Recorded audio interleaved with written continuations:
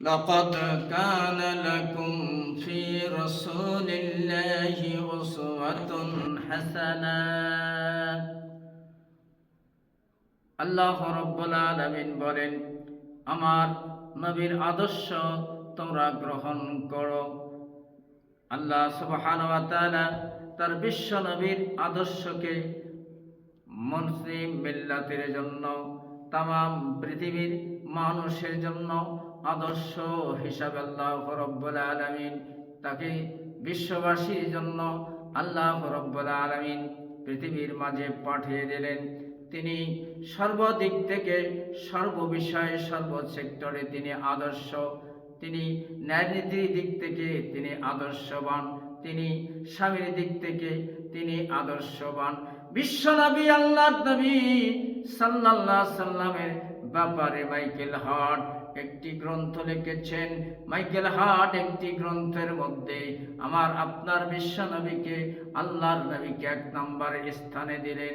Michael heart একজন খ্রিস্টান ব্যক্তি।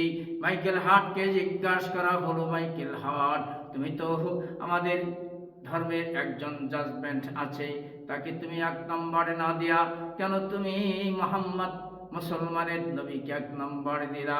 মাইকেল হার্ট বললেন, আমি সমস্ত মসজিদের জীবনী আমি পড়ে দেখলাম, তাদের জীবনী দেখলাম।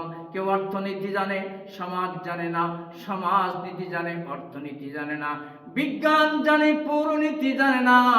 সংক্ষিপ্তভাবে বলছি, মাইকেল হার্ট বললেন, মুসলমানের নবী মুহাম্মদ সাল্লাল্লাহু সাল্লাম আসমান এবং জমিন, জাহান্নাম এবং জান্নাত সর্ববিষয়ের অভিজ্ঞতা তার মধ্যে। এই জন্য আমি মাইকেল হার্ট মুসলমানের নবীকে 1 নম্বরে দিয়ে দিলাম। আল্লাহ বলেন, ও নবী, তুমি শুধু দুনিয়াবাসীর জন্য নয়, তামাম বিশ্ববাসীর জন্য আপনি রহমত। আল্লাহ বলেন, তুমি শুধু রহমত নয়, তামাম বিশ্ববাসীর জন্য আদর্শবান। পৃথিবীর যে কোনো ব্যক্তির আদর্শ গ্রহণ করলে মুসলিম হিসাবে পরিচয় আল্লাহ রাব্বুল আলামিনের দরবারে হবে না। শুধুমাত্র আল্লাহ নবী সাল্লাল্লাহু আলাইহি সাল্লাম হাদিসে বলছেন, 7 প্রকারের লোককে কিয়ামতের মাঠে আল্লাহ রাব্বুল আলামিন তার আরশের ছায়ার নিচে ডাক দেবে। তাদের মধ্যে হলো, আল্লাহ নবী বলেন, ইমামুল আদিল, যারা পৃথিবীতে ন্যায় পরায়ণ শাসক হবে।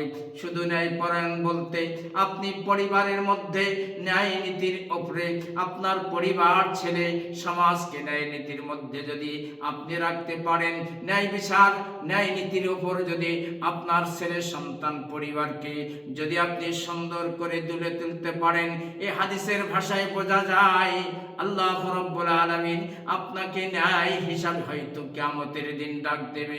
বিশ্বনবী বললেন, 2 নম্বরে আল্লাহ যাদেরকে ডাক দেবেন তারা হলো ইমামুল আদিলের পর ওয়াশাব্বানা শাআ ফি বাদিল্লাহ, যে যুবক, যে যুবতী পৃথিবীর মাঝে আল্লাহ নবী বললেন যৌবন অবস্থায় যারা আল্লাহর ইবাদত করবে, ইবাদত বন্দেগী কাটাবে, আল্লাহ নবী বললেন, বিশ্বনবী বলেন, কিয়ামতের দিন আল্লাহ রাব্বুল আলামিন ওই যুবক যুবতীকে আল্লাহ ডাক দিয়ে বলবেন, তোমাদের ওই সময় তোমরা দুনিয়ার রং তামসা নিয়ে ব্যস্ত ছিলে না, তোমাদেরকে আল্লাহ নবী বলেন ওই সময় তোমরা আল্লাহর আহ্বানে, তোমরা ইসলামের উপরে তোমাদের জীবনকে সুন্দর পরিচালনা করেছো।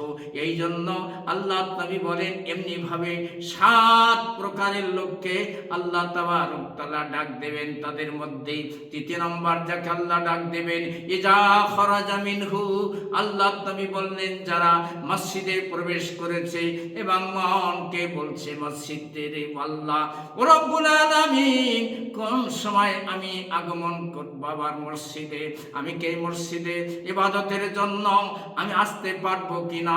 আল্লাহ নবী সাল্লাল্লাহু আলাইহি সাল্লাম বলেন, যারা এমনি ভাবে মনকে বলবে, আল্লাহ আমি আমার ইবাদতের জন্য আবার এই মসজিদে আসতে পারবো কিনা, এমনি ভাবে আল্লাহ রাব্বুল আলামিন 7 প্রকারের লোককে কিয়ামতের আদালতে আরশের নিচে ডাক দেবে।